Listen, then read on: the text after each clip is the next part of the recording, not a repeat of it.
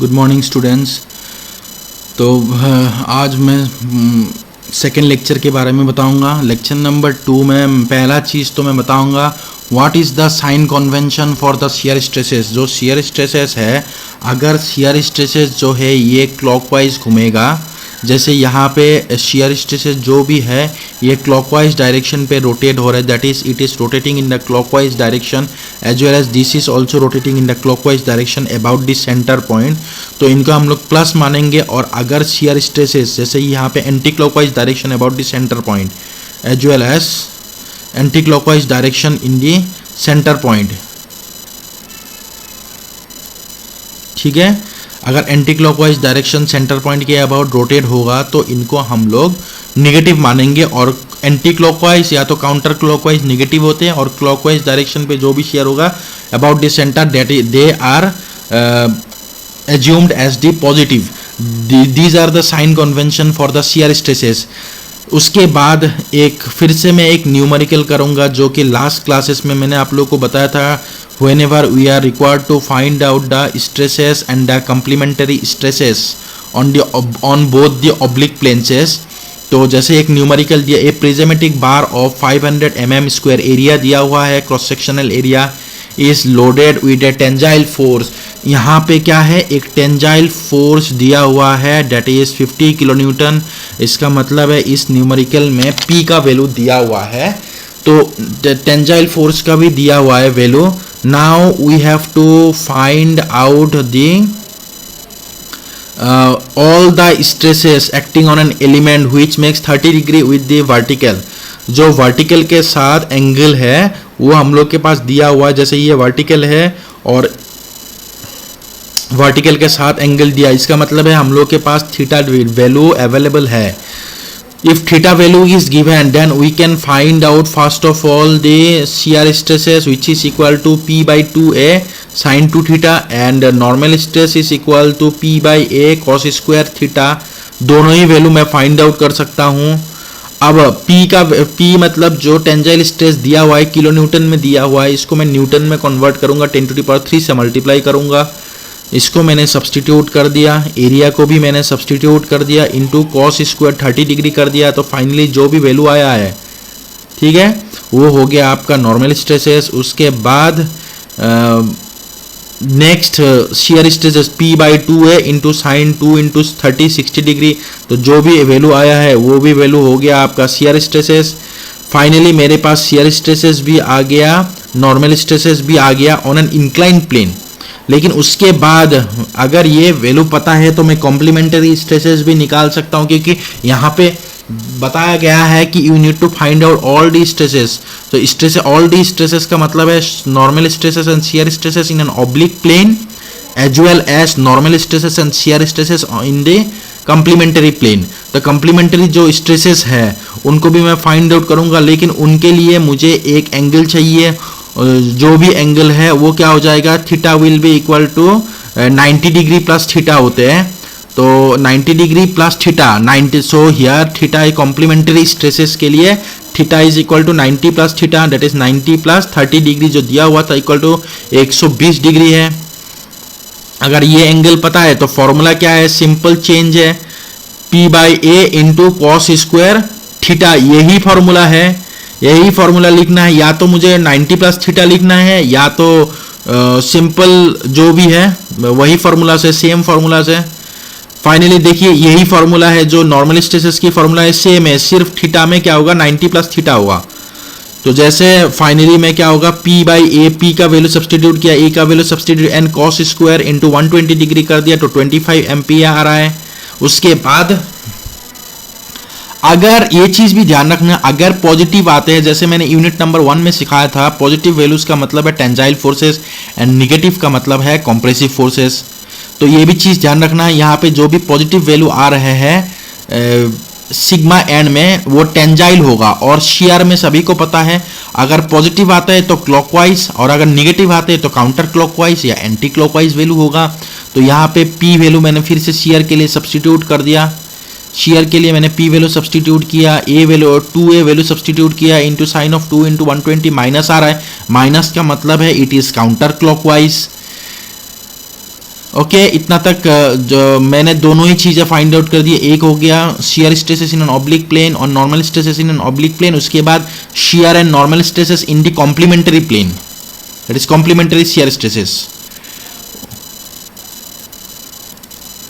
तो जैसे आप लोग देख पा रहे हैं उसी को ये जितने भी वैल्यूज है सबको मैंने डायग्रामेटिकली दिखा दिया। जैसे एक प्लेन है उसमें सिग्मा एन भी दिखा दिया और शियर स्ट्रेस भी दिखा दिया, and finally sigma n dash and shear stress को भी दिखा दिया इसी डायग्राम में ही, which are actually perpendicular in the sigma n और सिग्मा एन डैश दोनों 90 डिग्री में डिफरेंस में अवेलेबल है, इसीलिए 90 प्लस थीटा मैंने एंगल लिया था। इसके बाद नेक्स्ट है कॉम्प्लेक्स स्ट्रेसेस। जैसे मैंने अभी बताया आप लोगों को, तो कॉम्प्लेक्स स्ट्रेसेस में होता क्या है, जैसे एक्चुअली अभी तक जितने भी न्यूमेरिकल्स हो रहा था या क्वेश्चन हो रहा था उसमें मैं सिर्फ यूनिएक्सियल स्ट्रेसेस अप्लाई करता था, जो कि सिर्फ स्ट्रेसेस जो है ये एक ही डायरेक्शन पे है, लेकिन कॉम्प्लेक्स स्ट्रेसेस वही है जिस पे मैं टेंजाइल स्ट्रेस या कंप्रेसिव स्ट्रेस भी अप्लाई करूंगा और उसके साथ में शियर स्ट्रेस भी एक एलिमेंट में अप्लाई करूंगा, मतलब the combination of both the shear stresses as well as the normal stresses में अप्लाई करूंगा।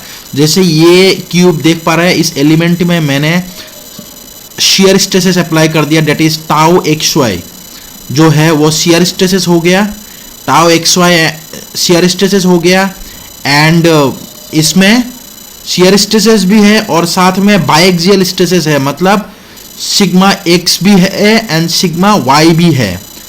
उसके बाद मुझे फाइंड आउट करना है कि एक ऑब्लिक प्लेन है, जो भी ऑब्लिक प्लेन है उस पे मुझे फाइंड आउट करना है normal stresses and shear stresses.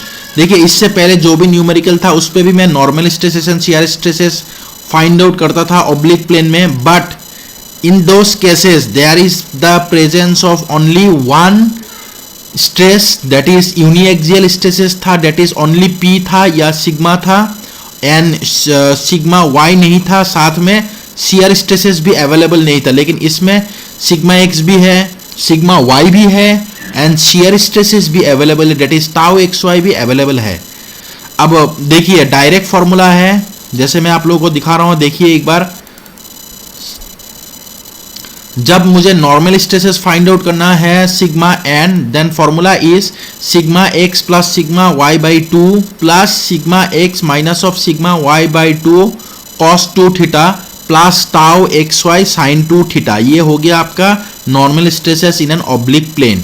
Similarly, when you are required to find out the shear stresses in an oblique plane, then sigma x minus of sigma y by 2 into the sin 2 theta minus of tau xy cos 2 theta। ये हो गया formula आपका whenever you are required to find out the shear stresses in an oblique plane। लेकिन ये दोनों ही formula normal stresses and shear stresses in an oblique plane है, लेकिन कब है, whenever there is the combination of both the shear stresses and biaxial stresses applied in any element। shear stresses भी apply करके रखा है और biaxial stresses है, that is sigma x and sigma y भी है, तब मुझे ये फाइंड आउट करना है इन दो फॉर्मूले से। उसके बाद नेक्स्ट में देखूंगा। देखिए अब दोनों ही वैल्यू मैंने फाइंड आउट कर लिया। जो दो वैल्यू मैंने फाइंड आउट किया, इन दोनों वैल्यूज, ये दो normal stresses and shear stresses, ये कब मैक्सिमम बनेगा, इसके लिए मुझे थीटा फाइंड आउट करना है। लेकिन मैक्सिमम बनने के लिए मैक्सिमम कब आएगा, मैक्सिमम वैल्यू को फाइंड आउट करने के लिए, जैसे थीटा वैल्यू फाइंड आउट करने के लिए, जैसे सभी को पता है हम लोग ज्यादातर क्या करते हैं, whenever we are required to find out the maximum value of normal stresses and shear stresses, then in order to find out the value of theta we will differentiate sigma n and shear stresses with respect to theta। differentiation of पहले तो करेंगे differentiation of sigma n with respect to theta is equal to 0। दूसरी बार करेंगे differentiation of shear stress with respect to theta is equal to 0। तब दो हम लोग के पास थीटा की वैल्यू आएगा, एक बार डिफरेंशिएट करने के बाद थीटा की वैल्यू आएगा जब नॉर्मल स्ट्रेसेस मैक्सिमम वैल्यू होगा, और दूसरी बार थीटा की वैल्यू आएगा जब शियर स्ट्रेसेस मैक्सिमम वैल्यू होगा। तो जैसे आप लोग देख पा रहे हैं यहाँ पे पहले तो क्या करेंगे, सिग्मा एन को maximum find out, sigma n maximum find out करना है, तो इसीलिए इसको डिफरेंशिएट करेंगे with respect to the theta is equal to 0। जो फाइंड आउट करना है उससे हम लोग डिफरेंस, यहाँ पे थीटा फाइंड आउट करना है तो थीटा से डिफरेंशिएट करेंगे और जीरो लिखते हैं मैक्सिमम फाइंड आउट करने के लिए। ये मैथमेटिक्स में भी है, कोई चीजों को हम लोग मैक्सिमम फाइंड आउट करने के लिए पार्शियल डिफरेंशिएशन करते with respect to theta is equal to 0। अब देखिए जब मैंने इसको डिफरेंशिएट किया with respect to theta is equal to 0, sigma n का ये इक्वेशन है सिग्मा एन जो कि मैंने अभी बताया था आप लोगों को, इसको मैंने डिफरेंशिएट किया minus of sigma x minus of sigma y by 2 into cos 2 theta का मतलब है differentiation of cos 2 theta is equal to the minus of sine 2 theta, इसीलिए हम लोगों ने मैंने माइनस लिख के रखा माइनस ऑफ साइन। देखिए ये जो है वो कांस्टेंट टर्म है, उसको डिफरेंशिएट करेंगे तो डायरेक्ट 0 हो जाएगा और इससे वैल्यू आ रहा है minus of sigma x minus of sigma y by 2 sine 2 theta. उसके बाद 2 थीटा को डिफरेंशिएट करेंगे तो 2 रह जाएगा। उसके बाद टाउ एक्स वाई कॉन्स्टेंट है और साइन 2 थीटा मतलब बन जाएगा कॉस 2 थीटा और 2 थीटा को डिफरेंशिएट 2 रह जाएगा equal to 0।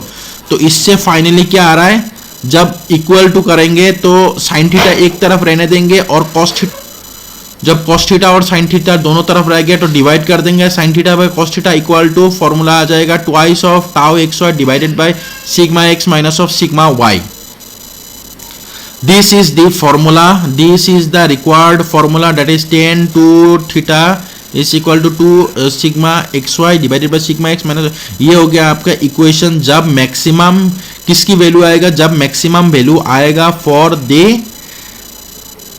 this is the formula for the maximum value of normal stresses whenever theta value is needed to be find out।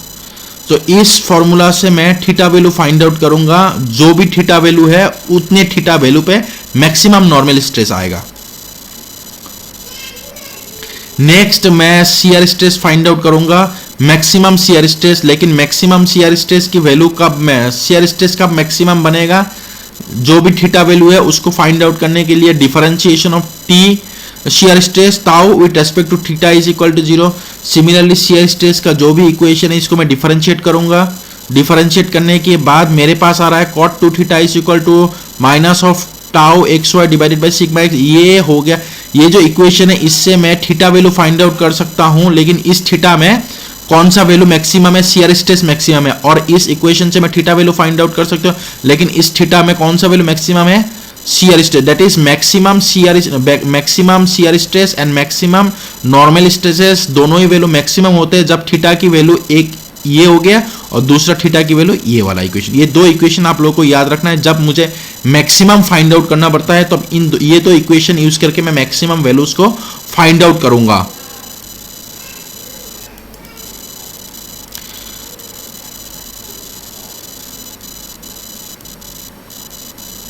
बस आज के लिए इतना ही है, बाकी ये न्यूमेरिकल है मैं नेक्स्ट क्लास में आप लोगों को सिखाऊंगा।